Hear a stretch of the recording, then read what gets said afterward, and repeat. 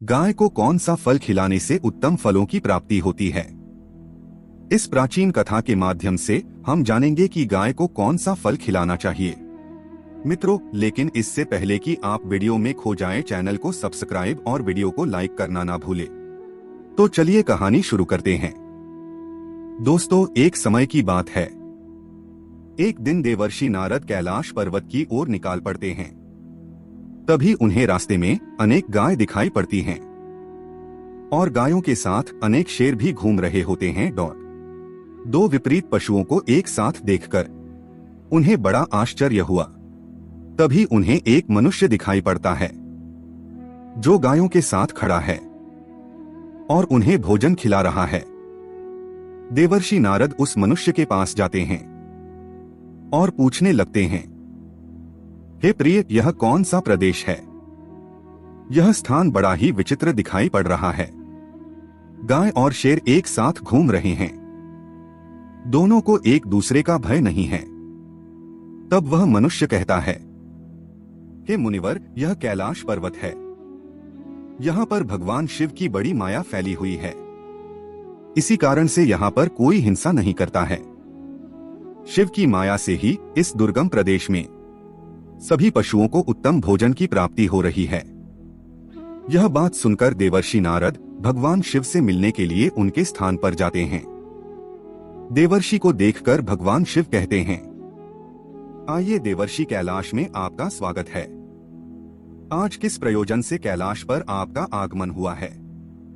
देवर्षि कहते हैं, हे भोलेनाथ, मन में आपके दर्शन करने की इच्छा हुई, सो चला आया। आपके दर्शन करने मात्र से ही सभी कष्ट समाप्त होते हैं प्रभु।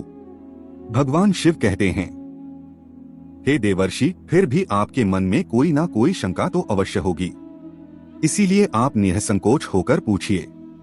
देवर्षि कहते हैं, हे भोलेनाथ, आप तो सब कुछ जानते हैं, फिर भी पूछ रहे हैं।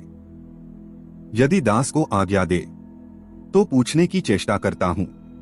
हे भोलेनाथ, आप तो पशुपतिनाथ हैं, इसीलिए आप समस्त प्राणियों के रहस्य जानते हैं। आज मैं आपके पास गौ माता के महात्म्य को सुनने के लिए आया हूं। गौ माता को सबसे अधिक प्रिय चीज कौन सी है तथा उन्हें कौन सी वस्तु खिलाने से मनुष्य के दुख दूर होते हैं? भगवान शिव कहते हैं, हे देवर्षि, आपने समस्त मानव जाति के कल्याण हेतु उत्तम प्रश्न किया है। इस प्रश्न का उत्तर देने से पूर्व मैं आपको इससे जुड़ा एक प्राचीन इतिहास बताता हूँ। इस प्राचीन कथा के माध्यम से आपकी सभी शंकाओं का समाधान हो जाएगा, इसीलिए आप इस कथा को ध्यान से पूरा सुनिए। जो भी इस कथा का श्रवण करता है उसके समस्त पापों का नाश होता है। उसे दुर्गम से दुर्गम स्थान में उत्तम फल की प्राप्ति होती है। देवर्षि कहते हैं, हे भोलेनाथ, आपके मुख से इस कथा को सुनना मेरा परम सौभाग्य है। कृपया आप इस कथा को अवश्य कहिए। मैं इसे ध्यान पूर्वक सुनूंगा और इसका प्रचार करूंगा। फिर भगवान शिव नारद जी को कथा सुनाने लगते हैं। हे देवर्षि, पूर्वकाल की बात है। पृथ्वी लोक पर दाशरथ नाम का जो देश है, उसके पश्चिम भाग में एक अत्यंत दुर्गम मरुस्थल है। उस मरुस्थल प्रदेश में कोई भी मनुष्य प्राणी जीवित नहीं रह सकता। वह प्रदेश प्राणियों के लिए भय उत्पन्न करने वाला तथा अत्यंत दुष्कर है। वहां पर कोई भी मनुष्य निवास नहीं कर सकता। उस स्थान पर केवल प्रेतों का ही वास रहता है। वहां की भूमि तपी हुई गर्म बालू से भरी रहती है। उस स्थान पर बड़े बड़े सर्प निवास करते हैं जो अत्यंत दुष्ट और भयंकर है। उस मरुस्थल प्रदेश में सूखे हुए और थोड़ी छाया वाले वृक्ष ही उगते हैं। शमी, खैर, पलाश, करील, पीलू आदि प्रकार के वृक्ष ही उस स्थान पर रहते हैं। कांटों से भरे हुए यह वृक्ष अत्यंत भयंकर दिखाई पड़ते हैं। उन पर कोई फल नहीं उगते हैं। इसी कारण से कोई प्राणी वहां पर जीवित नहीं रह पाते। उस स्थान पर केवल पाप करने वाले प्रेत और पिशाच ही निवास करते हैं। यमराज के द्वारा कष्ट भोगने के लिए उस स्थान पर उन्हें छोड़ा जाता है। भूख और प्यास से व्याकुल होकर वे प्रेत उस निर्जन स्थान पर भटकते रहते हैं। उस मरुस्थल में बहुत थोड़ी वर्षा होती है। आकाश में बादल भी कम ही दिखाई पड़ते हैं।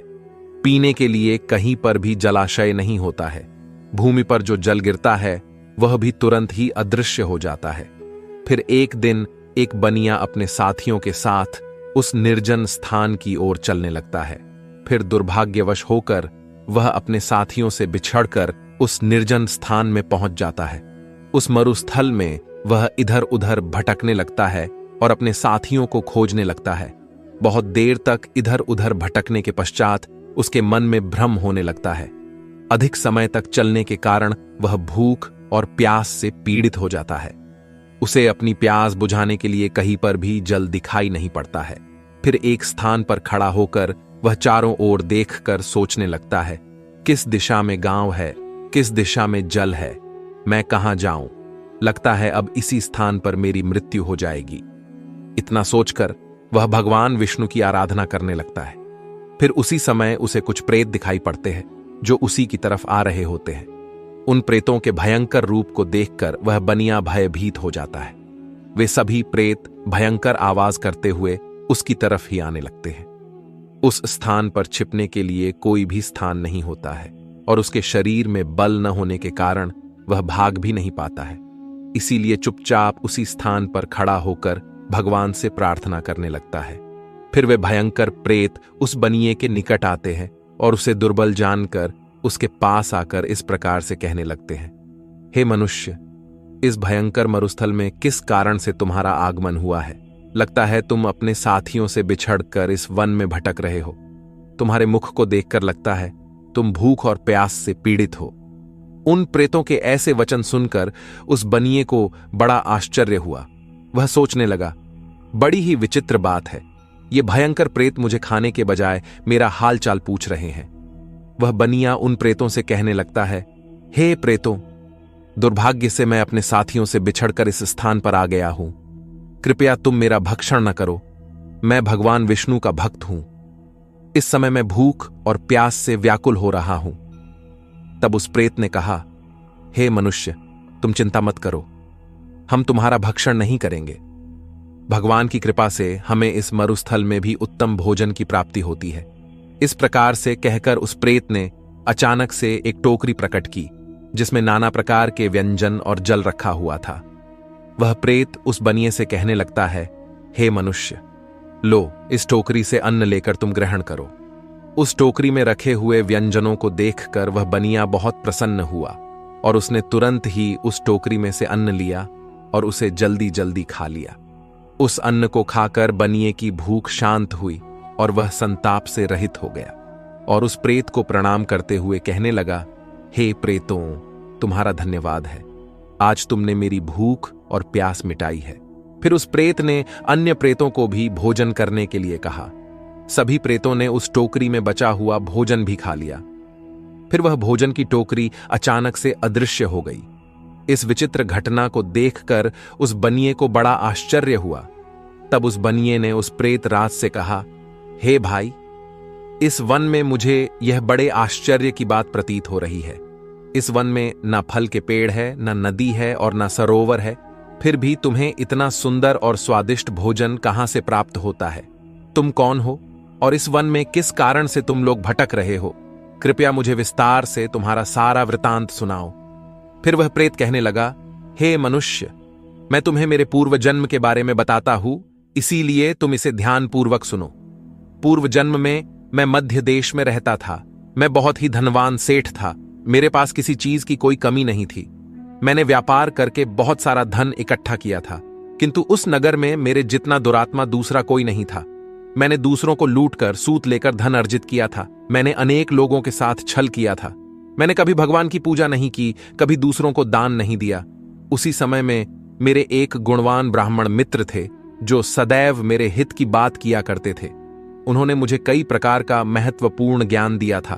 धन की रक्षा के लिए उन्होंने अनेक उपाय भी बताए। फिर एक दिन मैं उनके साथ तापी नदी के तट पर गया। उस स्थान पर मैंने उनके साथ उस नदी में स्नान किया। वहां पर एक प्राचीन आश्रम था जहां पर अनेक गाय बंधी हुई थीं। अपने मित्र की बात मानकर मैंने उन गायों को एक टोकरी भर केले के फल खिलाए और फिर लौटकर अपने घर चला आ गया।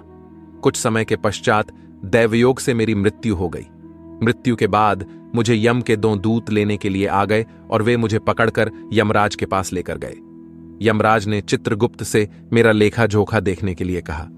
फिर चित्रगुप्त ने मेरा लेखा जोखा निकाला और कहने लगे, हे धर्मराज, यह दुरात्मा तो नास्तिक है। इसने कभी ईश्वर की पूजा नहीं की, इसने कभी दान धर्म नहीं किया, किंतु इसने केवल एक ही पुण्य का कार्य किया है। इसके गायों को केले के फल खिलाए हैं, बस इतना ही इसका पुण्य है। चित्रगुप्त की बात सुनकर यमराज ने अपने दूतों को आदेश देकर मुझे प्रेत बनाकर इस दुर्गम प्रदेश में डालने के लिए कहा। नास्तिक और दुरात्मा लोगों को प्रेत बनाकर इस दुर्गम प्रदेश में डाल दिया जाता है, किंतु मेरे द्वारा केवल एक ही पुण्य का काम हुआ था। मैंने गाय को टोकरी भरकर केले का फल खिलाया था। इसी पुण्य के कारण से मुझे इस भयंकर दुर्गम स्थान में भी एक टोकरी भरकर स्वादिष्ट भोजन प्राप्त होता है। प्रेतों को ऐसा भोजन नहीं मिलता है। प्रेतों का भोजन अत्यंत घृणित और दुर्गंधी युक्त होता है, किंतु मेरे पुण्य के कारण यहां पर निवास करने वाले प्रेतों को भी उत्तम भोजन की प्राप्ति होती है। इसी कारण से इन्होंने मुझे अपना प्रधान बना दिया। यहां पर निवास करने वाले सभी प्रेत दुरात्मा हैं। इन्होंने अनेक पाप किए हैं। देवालयों से धन की चोरी की है, पराई स्त्रियों से संबंध बनाए हैं तथा स्वामी के साथ द्रोह किया है। इसी पाप के कारण ये सभी प्रेत बने हैं। भगवान विष्णु परमात्मा हैं और आप भगवान विष्णु के परम भक्त दिखाई पड़ते हैं। इसीलिए आपके इस स्थान पर आने से मेरी मुक्ति हो जाएगी और मुझे उत्तम गति प्राप्त होगी, परंतु मेरे बगैर ये सभी प्रेत इस मरुस्थल में कष्ट भोगेंगे। इसीलिए आप मुझ पर कृपा करके मेरे इन सभी प्रेत मित्रों की मुक्ति के लिए उपाय कीजिए। हे मनुष्य, मैंने हिमालय पर्वत की एक गुफा में खजाना छिपाया है। आप उस खजाने को प्राप्त करके इन प्रेतों की मुक्ति के लिए इनका श्राद्ध तथा तर्पण आदि कार्य करो। इतना कहकर वह प्रेत अदृश्य हो जाता है और उसे मुक्ति मिल जाती है। फिर वह बनिया हिमालय पर गया और उसने वहां पर उस प्रेत के द्वारा बताया गया खजाना प्राप्त किया और फिर वह गया तीर्थ में प्रेतों की मुक्ति के लिए श्राद्ध करने के लिए चला गया। वहां पहुंचकर उस बनिए ने उन प्रेतों के लिए श्राद्ध करना आरंभ किया। जिस दिन वह जिस प्रेत का श्राद्ध करता, वह प्रेत रात को उसके सपने में आकर उसे दर्शन देता और कहता है, हे महाभाग, तुम्हारी कृपा से मैंने प्रेत भाव को त्याग दिया है। अब मैं परम गति को प्राप्त हो रहा हूं। तुम्हारा धन्यवाद है। इस प्रकार से अनेक दिनों तक उस बनिए ने वहां पर सभी प्रेतों के लिए श्राद्ध किया और सभी प्रेत एक एक करके उसके सपने में आकर उसे दर्शन देने लगे और सभी प्रेतों को मुक्ति प्राप्त हुई। फिर वह बनिया अपने घर पर लौट आया और भगवान विष्णु की भक्ति करने लगा। तदनंतर दीर्घ काल के बाद उस बनिए की मृत्यु हुई और वह भी परम दुर्लभ धाम वैकुंठ को चला गया। महादेव कहते हैं, हे देवर्षि, इस प्रकार से मैंने आपको गाय को केले का फल खिलाने का महत्व सुना दिया है। जो मनुष्य नित्य गाय की सेवा करता है, उसे केले का फल खिलाता है, उसे उत्तम गति की प्राप्ति होती है। गायों के 6 अंग गोबर, मूत्र, दुग्ध, दधि और घृत ये अत्यंत पवित्र और शुद्धि के साधन भी हैं। गोबर से बिल्व वृक्ष उत्पन्न हुआ जिसमें मेरा ही वास होता है। गोबर से ही कमल के बीज उत्पन्न हुए हैं। गोमूत्र से गुग्गुल की उत्पत्ति हुई है जो देखने में प्रिय और सुगंधि युक्त है, जो सभी देवों का आहार है। संसार में मूलभूत गोदुग्ध से उत्पन्न है। सभी मांगलिक पदार्थ दही से उत्पन्न है। घी से अमृत उत्पन्न होता है जो देवों की तृप्ति का साधन है। गाय से ही यज्ञ प्रवृत्त होता है। गौ माता के शरीर में 33 कोटि देवी देवताओं का निवास होता है। गाय एक अत्यंत पवित्र, निर्मल, शांत, निष्पाप जीव है। आर्गवेद में इसे संसार का पालन पोषण करने वाली कामधेनु माता कहा गया है। इसके दर्शन मात्र से मनुष्य के हजारों पाप नष्ट हो जाते हैं। इसीलिए कभी इस निष्पाप गौ माता पर अत्याचार नहीं करना चाहिए। गाय को कभी मारना नहीं चाहिए और कभी उन्हें कष्ट नहीं देने चाहिए। गाय को मारना शास्त्रों में सबसे बड़ा पाप माना गया है। जो मनुष्य गाय की निस्वार्थ भाव से सेवा करेगा वह सुख समृद्धि प्राप्त करेगा। जो स्त्री रसोई में बनी पहली रोटी गौ माता को खिलाएगी वह सदा सुहागिन और सौभाग्यशाली रहेगी। जो लोग अपने घर में गाय से प्राप्त पंचगव्य को घर में रखेगा उसके घर में कभी दुख दरिद्रता नहीं आएगी। जो व्यक्ति प्रतिदिन किसी न किसी तरह से गौ माता की सेवा करता है वह सबसे अधिक पुण्यवान बन जाता है। शास्त्रों में गौ माता को मां लक्ष्मी का रूप माना गया है, इसीलिए उनकी पूजा करने से दरिद्रता दूर होती है। प्राचीन काल से ही गौ माता की सेवा और संरक्षण करने की परंपरा चली आ रही है। कई ऋषि मुनि अपनी कुटिया में गायों का पालन करते थे तथा राजा महाराज गायों का दान करते थे। गायों के दान को सबसे बड़ा दान कहा गया है। गाय का दान करने से सभी जन्मों के पाप नष्ट हो जाते हैं और मनुष्य को मोक्ष की प्राप्ति होती है। गौ माता के दर्शन करना बहुत शुभ होता है। शास्त्र कहते हैं रोज सुबह गाय के दर्शन होने से पुण्य की प्राप्ति होती है और सुबह गोबर के दर्शन होने से लक्ष्मी की प्राप्ति होती है। अगर किसी महत्वपूर्ण कार्य के लिए जा रहे हैं और अचानक ही गौ माता आपके रास्ते में आ जाती है तो वह कार्य निश्चित ही सफल हो जाता है। किसी भी यात्रा पर निकलते समय अगर गौ माता के दर्शन हो जाए तो वह यात्रा सुखपूर्वक पूर्ण हो जाती है, इसमें संशय नहीं है। अगर घर में धन की समस्या है तो गुरुवार के दिन गाय को केले का फल खिलाना चाहिए, इससे दरिद्रता दूर होती है। गौ माता के पीठ पर एक उभरा हुआ कूबड़ होता है, उस कूबड़ में सूर्य केतु नाड़ी होती है। जब भी द्वार पर गौ माता पधारे तो इस कूबड़ को एक बार जरूर स्पर्श करे। इससे जीवन से सभी रोगों का अंत होगा और धन संपत्ति की प्राप्ति होगी। शास्त्रों में कहा गया है जो मनुष्य तन मन धन से गौ माता की सेवा करता है वह मृत्यु के बाद वैतरणी नदी को गौ माता की पूंछ पकड़कर पार कर लेता है। उस व्यक्ति की अकाल मृत्यु नहीं होती है और उसे मोक्ष की प्राप्ति होती है। जिस व्यक्ति के भाग्य की रेखा सोई हुई है, अगर वह व्यक्ति अपनी हथेली पर गुड़ रखकर गौ माता की जीभ से छटाता है तो उसकी सोई हुई भाग्य रेखा खुल जाती है और उसका दुर्भाग्य सौभाग्य में परिवर्तित हो जाता है।